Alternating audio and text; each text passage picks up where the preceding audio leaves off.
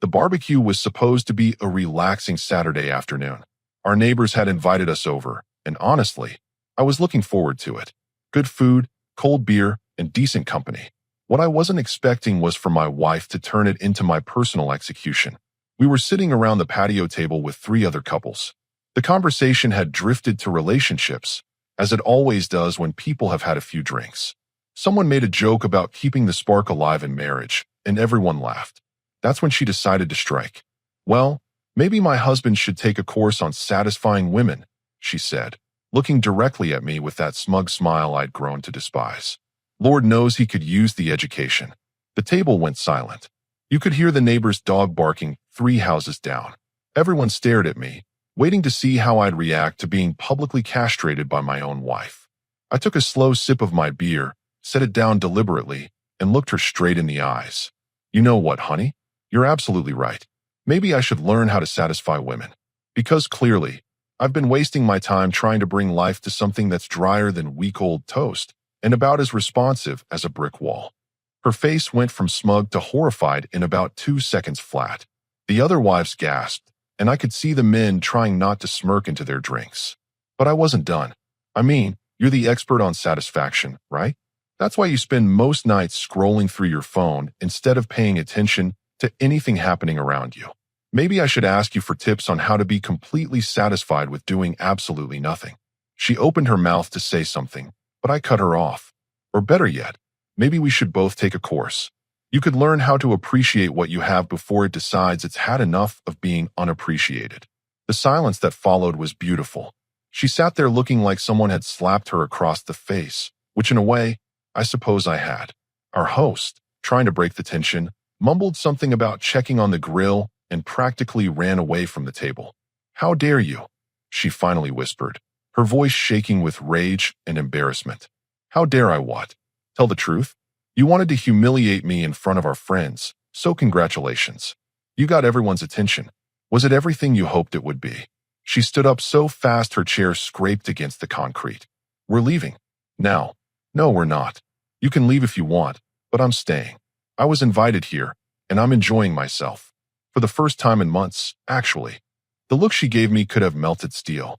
But instead of the usual guilt or shame I might have felt, I felt something else entirely. Relief. Like a pressure valve had finally been released. She grabbed her purse and stormed off toward the house, probably to call someone to pick her up or to hide in the bathroom until I agreed to leave. Either way, I didn't care. One of the other husbands leaned over and said quietly, "Damn, man, that was brutal. Sometimes brutal is the only language people understand." I replied, taking another drink. The rest of the afternoon was actually pleasant. Without her there to make sarcastic comments about everything I said or did, I could actually enjoy conversations with people. I stayed until the sun started setting, helped clean up, and drove home alone. When I walked through the front door, she was waiting for me in the living room like a prosecutor ready to deliver closing arguments. Her arms were crossed, her foot was tapping, and I could see the speech she'd been rehearsing written all over her face. "Are you out of your mind?" she exploded before I even had my keys set down. "How could you embarrass me like that in front of everyone? Do you have any idea what you've done?" I hung my jacket on the chair and looked at her calmly. "I embarrassed you? That's rich. What exactly do you think you were trying to do to me?" "I was making a joke." "No, you were trying to humiliate me. There's a difference. A joke is supposed to be funny for everyone involved. What you did was try to make yourself look clever at my expense. Well, congratulations. You found out what happens when you poke a sleeping bear." She stared at me like she was seeing a stranger. And maybe she was.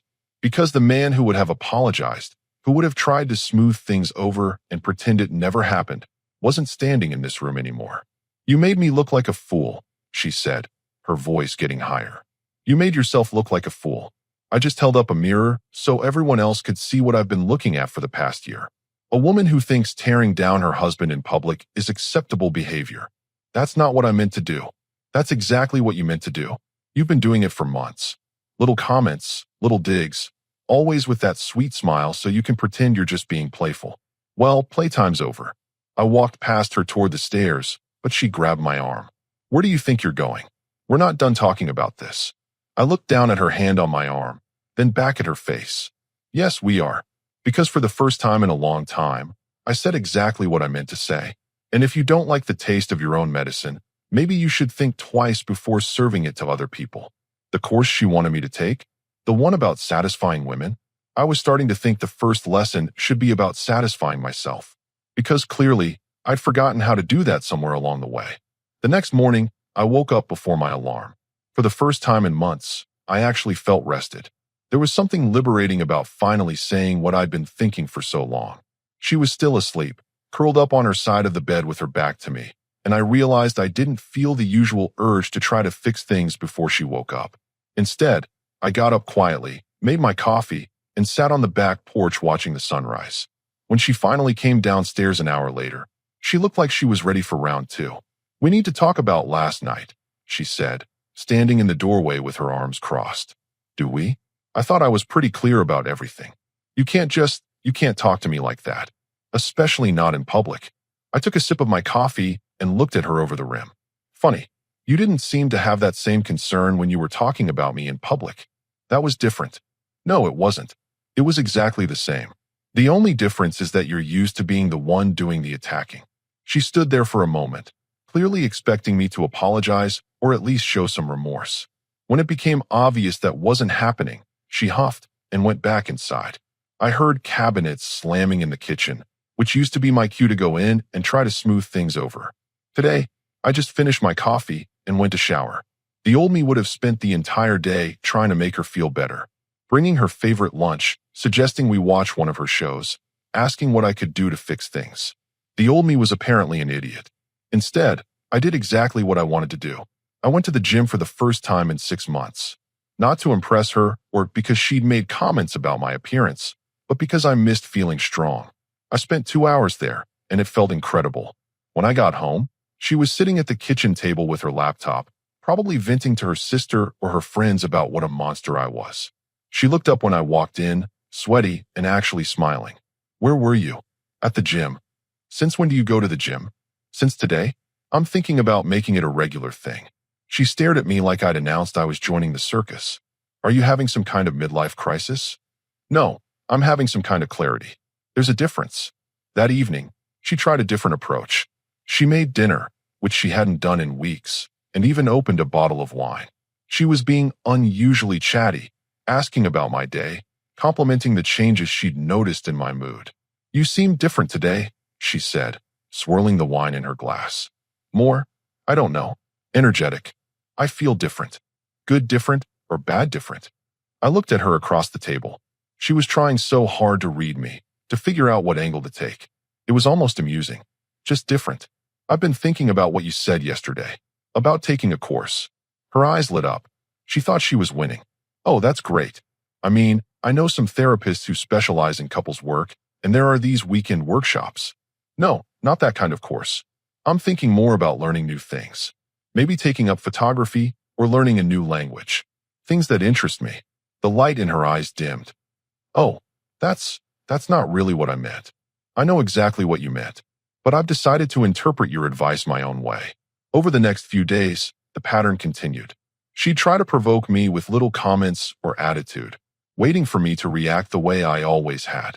When I didn't take the bait, she'd get frustrated and try harder. "You're being weird," she said on Thursday morning as I was getting ready for work. "How so?" You're not acting like yourself." "Maybe this is who I actually am when I'm not constantly trying to avoid conflict with you." She didn't like that answer. "So now I'm the problem? Everything that's wrong with our marriage is my fault." "I didn't say that. But you're the one who wanted me to take a course on satisfying women." "Well, lesson 1 apparently is learning that you can't satisfy someone who's determined to be unsatisfied." That Friday, she tried to start an argument about the dishes. Apparently, I'd loaded the dishwasher wrong, and she launched into a 10-minute lecture about the proper way to arrange plates and glasses.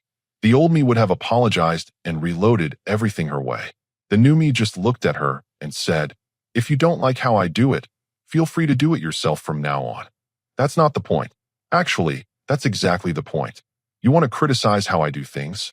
Fine, you can do them yourself. She was speechless, literally standing there with her mouth open, holding a plate like it was evidence in a murder trial. But I always what? Let you treat me like hired help who can't do anything right? Yeah, Well, I'm taking a break from that particular arrangement. By the weekend, she was getting desperate.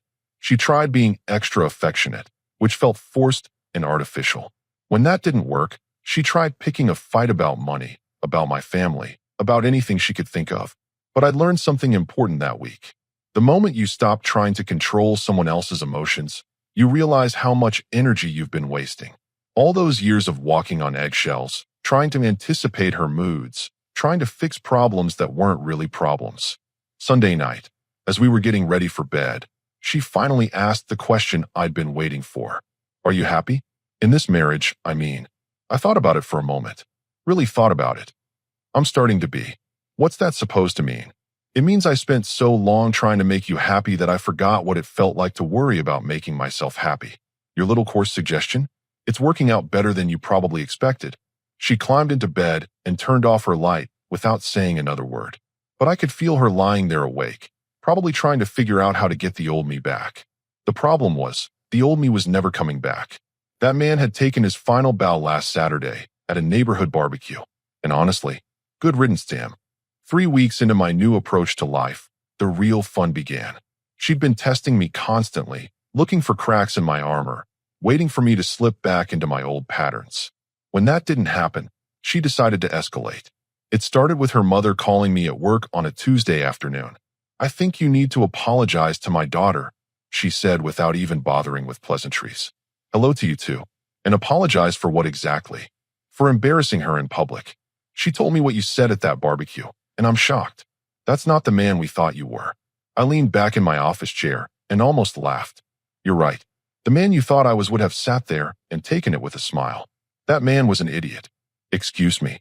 Your daughter has been disrespecting me for months, and the first time I stand up for myself, suddenly I'm the villain? That's interesting logic. She was just making a harmless joke. Nothing about what she said was harmless.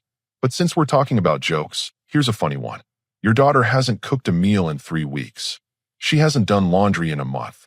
She contributes exactly $0 to our household expenses, but somehow she thinks she's in a position to critique my performance in any area of our marriage. The silence on the other end was deafening. Those are private matters between you and her, she finally stammered. They were private until she decided to make our intimate life a public topic of conversation. So let's keep it public, shall we? Your daughter wanted me to learn about satisfying women. Well, I'm learning that most women would be grateful to have a husband who pays all the bills, does most of the housework, and still gets insulted for his efforts. You can't speak about my daughter that way. I can speak about your daughter exactly the way she speaks about me. Fair is fair. I hung up the phone and felt that same rush of satisfaction I'd experienced at the barbecue. The truth was liberating. That evening, she was waiting for me with fire in her eyes. My mother called me crying because of what you said to her. Good. Maybe now she knows how I felt when you tried to humiliate me in front of our friends. You had no right to air our private business to her. I set my keys down and looked at her with what I hoped was obvious amusement. Our private business? You mean the same private business you shared with an entire table of people last Saturday? Or are you talking about different private business? That's not the same thing. You're absolutely right. It's not the same thing. When you aired our private business, it was to make fun of me. When I aired our private business, it was to tell the truth. She was pacing now, which was always a bad sign. You made me sound like some lazy housewife who doesn't contribute anything. I didn't make you sound like anything. I described your actual behavior. If you don't like how it sounds when someone says it out loud, maybe you should change the behavior instead of attacking the person pointing it out. I do plenty around here. Name 3 things you've done this week to contribute to our household. She stopped pacing and stared at me. I don't have to justify my contributions to you. You just proved my point. You can't name 3 things because there aren't 3 things. But somehow you think you're qualified to give me performance reviews. The argument continued for another hour, but it was different from our usual fights. Usually, I'd be trying to de-escalate, trying to find compromise, trying to make her feel better. This time, I just kept presenting facts. And facts are hard to argue with, no matter how loud you get. The next week, her sister showed up unexpectedly. She'd clearly been sent as reinforcement. I hear you two are having some problems, she said over coffee, giving me that sympathetic look that women perfect by the age of 12. We're not having problems. We're having clarity. That's an interesting way to put it. She says you've been very harsh with her lately. Define harsh. Well, apparently you told her mother some very personal things about your marriage. I nodded. I did. Right after her mother called to lecture me about embarrassing her daughter. Funny how that part of the story didn't make it into the retelling. Her sister shifted uncomfortably. Look, I know she can be difficult sometimes. But she loves you. Does she? Because in my experience, people don't usually try to humiliate the people they love in front of strangers. She didn't mean it that way. I'm sure she didn't mean for me to respond the way I did either. But here we are. Maybe you could try couples therapy? I almost choked on my coffee. Therapy? So I can pay someone to tell me that I need to be more understanding of why my wife thinks it's acceptable to insult me in public? No thanks. Marriage is about compromise. You're absolutely right. It is about compromise. I've been compromising for years. I compromise on where we eat, where we go on vacation, what we watch on TV, how we spend our money, and apparently how much disrespect I'm supposed to tolerate. She doesn't compromise on anything. So maybe it's time for her to learn what that word means. That weekend, we were invited to another gathering, this time her cousin's birthday party. I could see the panic in her eyes when she realized we'd be around the same group of people who'd witnessed our last public interaction. Please don't embarrass me again, she said as we were getting ready. I won't embarrass you, but I won't let you embarrass me either. So maybe just treat me with basic respect and we'll both be fine. The party was interesting. People were watching us, waiting to see if there would be another show. She was on her best behavior, being unusually sweet and attentive. But I could see the calculation behind every gesture. During dinner, one of her friends made a comment about how nice it was to see us working through our problems. What problems? I asked innocently. Oh, well, after last time. You mean after she tried to insult me and I responded appropriately? That wasn't a problem. That was a solution. My wife's face went pale, but I just smiled and took a bite of my food. I've learned a lot about satisfaction lately, I continued. Turns out the key to being satisfied is refusing to accept being unsatisfied. Revolutionary concept, really. The table was quiet again, but this time I was enjoying it. She wanted me to take a course. This was lesson number 1. Respect yourself enough to demand respect from others. And judging by the look on her face, class was definitely in session. By the 4th week, I'd stopped doing things for her entirely. Not out of spite, but out of simple logic. Why would I go out of my way to please someone who clearly didn't appreciate the effort? It started small. I stopped making her coffee in the morning. When she asked why, I told her I was busy making my own. But you always make mine too, she said, standing there in her pajamas looking genuinely confused. I used to do a lot of things. Then you made it clear that my efforts weren't good enough. So I'm focusing my energy on someone who actually appreciates it. Me. She stared at me like I'd spoken in a foreign language. The grocery shopping was next. For years, I'd done the weekly shopping, carefully buying everything she liked, remembering her preferences, picking up little treats she enjoyed. The first week I stopped, she didn't notice. The second week, she asked where her favorite yogurt was. I didn't buy it. Why not? Because I don't eat it. I bought what I needed. But what about what I need? What about it? You're a grown woman with a car and a credit card. If you need something specific, you can get it yourself. The look of shock on her face was almost comical. But you always handle the shopping. I handle my shopping. If you want someone to handle yours, you'll need to hire a personal assistant or learn to do it yourself. Laundry was the breaking point. I'd been doing our laundry together for years, out of efficiency more than kindness. But when I realized I was washing, drying, folding, and putting away her clothes while she contributed nothing, I made an executive decision. I started doing only my own laundry. She noticed when she ran out of clean underwear. Did you forget to do laundry this week? She asked, standing in our bedroom holding an empty drawer. No, I did my laundry. Your laundry is still wherever you left it. What do you mean my laundry? I mean the clothes that belong to you. I wash my clothes. Yours are still dirty. But we always do laundry together. We never did laundry together.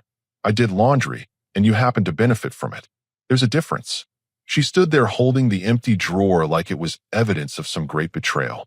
So now I have to do my own laundry. Shocking concept, I know. A grown adult being responsible for their own basic needs. This is ridiculous. You're being petty. I'm being practical. You wanted me to take a course on satisfying women. Well, I'm learning that the first step is stopping the attempt to satisfy women who are determined to remain unsatisfied. Cooking was where things got really interesting. I'd been making dinner most nights, usually catering to her preferences, often making things I didn't particularly enjoy just because she liked them. One Tuesday evening, I made myself a steak dinner, just for me. She came home to find me eating at the kitchen table with a plate for one. Where's my dinner? I don't know. Where did you put it? What do you mean?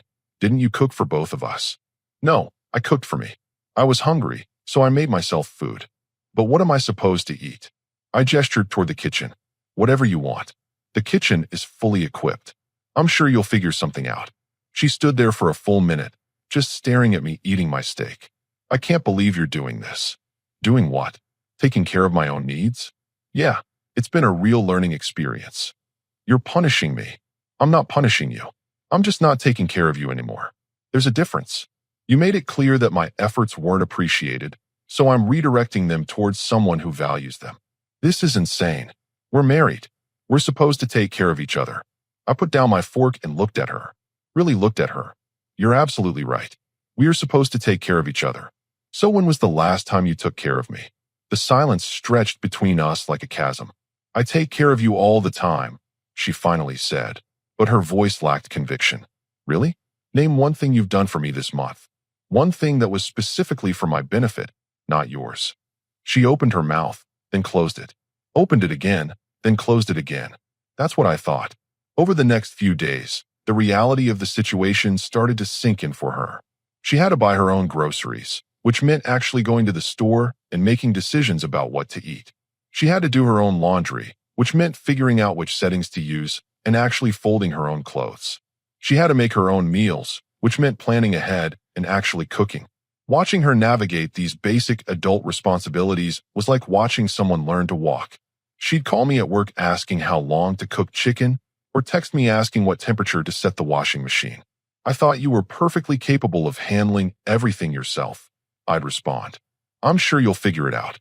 The breaking point came on Friday night.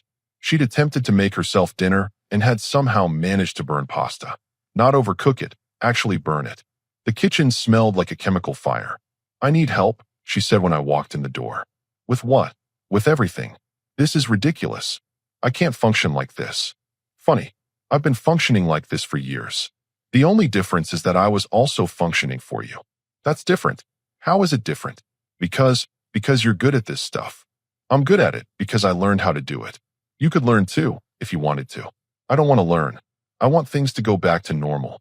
Normal was me doing everything while you criticized how I did it. I'm much more satisfied with the new arrangement.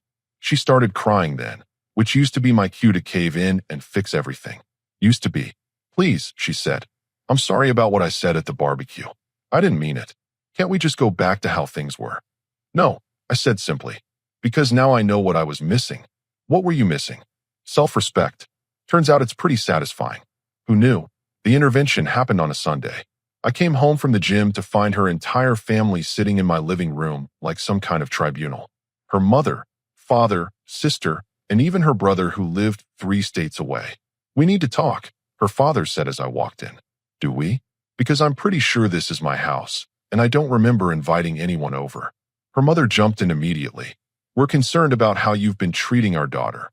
I looked around the room at all their serious faces and almost laughed. Let me guess. She called you all here to gang up on me because she can't handle being treated the way she treats other people. That's not what this is about, her sister said. Really? Then what is it about? Her brother leaned forward. Look, man, we get that marriage is hard, but you can't just stop being a husband because you had one fight. One fight? Is that what she told you? I sat down in my own chair and looked at each of them. Did she mention that this all started when she tried to humiliate me in front of our neighbors? Or did she skip that part? She said you overreacted to a harmless comment, her mother said. Harmless? She suggested I needed to take a course on satisfying women because I was so terrible at it. In front of 6 people. But when I point out that she hasn't satisfied anyone in this house in months, suddenly I'm the monster. The room went quiet. Her father cleared his throat. Maybe you two just need some space to work things out. We have plenty of space. The problem isn't space. The problem is that your daughter expects to be treated like a princess while treating me like hired help. That's not true. She finally spoke up from the corner where she'd been sitting silently. Isn't it? When was the last time you cooked a meal? Cleaned anything? Contributed any money to our expenses? Hell, when was the last time you did anything that wasn't entirely focused on your own wants and needs? Her family looked uncomfortable now. They were starting to realize this wasn't the simple case of an unreasonable husband they'd been led to believe. Those are just household chores, her sister said weakly. Those are adult responsibilities. The same adult responsibilities I've been handling for both of us, while she criticizes how I do everything. Her mother tried a different approach. But you love her. That's what marriage is about. Supporting each other through difficult times. You're absolutely right. It is about supporting each other. So where's my support? Where was my support when she decided to embarrass me publicly? Where's my support when I work all day and come home to more work while she watches TV? I stood up and looked directly at her. You wanted your family here to pressure me into going back to being your personal servant. But here's what's going to happen instead. You're going to tell them exactly what you said at that barbecue. Word for word. I don't have to. Tell them. Right now. Tell them what you said about me needing a course on satisfying women. She looked around the room at her family's expectant faces. Her mouth opened and closed like a fish. Tell them how you've contributed to our household expenses this year. Tell them about all the meals you've cooked, all the cleaning you've done, all the ways you've supported me. Stop it, she whispered. Tell them about the last time you did anything nice for me without being asked. Tell them about the last time you thanked me for anything I do around here. Please. You brought them here to judge me based on your version of events. So let's give them the complete picture. Her father stood up. I think we should leave them to work this out privately. Good idea, I said. Because this is between me and the woman who thought it would be fun to publicly question my adequacy as a husband. The same woman who's apparently shocked to discover that disrespected people eventually stop trying to earn respect. As her family filed out, each of them avoided eye contact with me. Her mother paused at the door. I hope you can find a way to forgive each other. I already have forgiven her, I said. I've forgiven her for taking me for granted, for disrespecting me, and for trying to manipulate me with this little family meeting. What I haven't done is forgotten any of it. After they left, she sat on the couch crying. How could you embarrass me like that in front of my family? The same way you embarrassed me in front of our friends.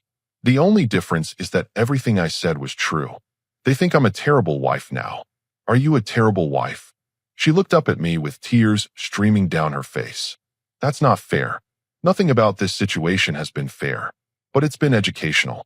I've learned that I don't need to satisfy someone who refuses to be satisfied. I've learned that respect isn't something you can demand. It's something you earn. And I've learned that the course you suggested I take, I've been teaching it to myself for the past month. What course? How to satisfy myself. Turns out it's a lot easier than trying to satisfy someone else who won't return the favor. 2 months after the barbecue incident, she finally asked the question I'd been waiting for. What do you want from me? I was reading on the couch, genuinely relaxed for the first time in years. She'd been trying different tactics for weeks. Anger, tears, guilt trips, silence treatments. But I'd remained consistently uninterested in playing any of those games. Nothing, I said without looking up from my book. Nothing? That's impossible. Everyone wants something. I set the book down and looked at her. Really looked at her. She looked exhausted, which made sense. Learning to take care of yourself is tiring when you've never done it before. You're right. I do want something. I want to be respected. I want to be appreciated. I want to be with someone who contributes as much as they take. But I've realized I can't want those things from you. Why not? Because you've proven you're not capable of providing them. So I've adjusted my expectations accordingly. She sat down on the edge of the coffee table, facing me. What if I changed? What if I started doing more around the house? Stopped making those comments? Then you'd be doing what you should have been doing all along. But you'd be doing it because you got caught, not because you respect me. That's not true, isn't it? If I hadn't stood up for myself at that barbecue, would you have suddenly started appreciating me? Would you have stopped taking me for granted? She was quiet for a long moment. Probably not. Exactly. So this isn't about change. This is about damage control. But people can change. Marriages can get better. They can. But both people have to want that. And they have to want it for the right reasons. She started crying again, but these tears felt different. Less manipulative, more genuine. I don't want to lose you. You lost me the moment you decided it was acceptable to humiliate me in public. Everything since then has just been me figuring out how to be okay with that. So that's it. You're just done? After everything we've been through? I picked up my book again. I'm not done. I'm satisfied. For the first time in years, I'm actually satisfied with my life. How can you be satisfied when our marriage is falling apart? Because I've learned the difference between being in a relationship and being someone's unpaid employee. I spent years trying to make you happy, and you spent years telling me I wasn't good enough at it. So I stopped trying. But the course, you said you were taking a course. I did take a course. The most important course of my life, actually. I learned that you can't satisfy someone who doesn't want to be satisfied. I learned that respect isn't negotiable. And I learned that my happiness doesn't depend on your approval. She wiped her eyes. What does that mean for us? It means I'm not going back to being the man who accepts disrespect because he's afraid of being alone. If you want a marriage, you need to offer something worth being married to. I can do that. I can be better. Maybe you can. But I'm not holding my breath waiting for it. So what happens now? I looked at her one last time, sitting there on my coffee table, finally understanding that all her games and manipulation tactics had no power over someone who was genuinely content with or without her. Now you decide what kind of person you want to be. Do you want to be someone who earns respect and gives it back? Or do you want to keep being someone who expects to receive what they won't give? And if I choose wrong, then you'll find out what it's like to take that course on satisfying women by yourself. Because you'll have plenty of time to figure out what you could have done differently. She stood up slowly, like she was carrying the weight of every careless comment and thoughtless action from the past few years. You really meant it, didn't you? When you said you'd learned to satisfy yourself? Completely. Turns out when you stop trying to please someone who can't be pleased, you have a lot more energy to focus on things that actually matter. Like what? Like self-respect. Like setting boundaries. Like refusing to accept unacceptable behavior just because it's coming from someone you love.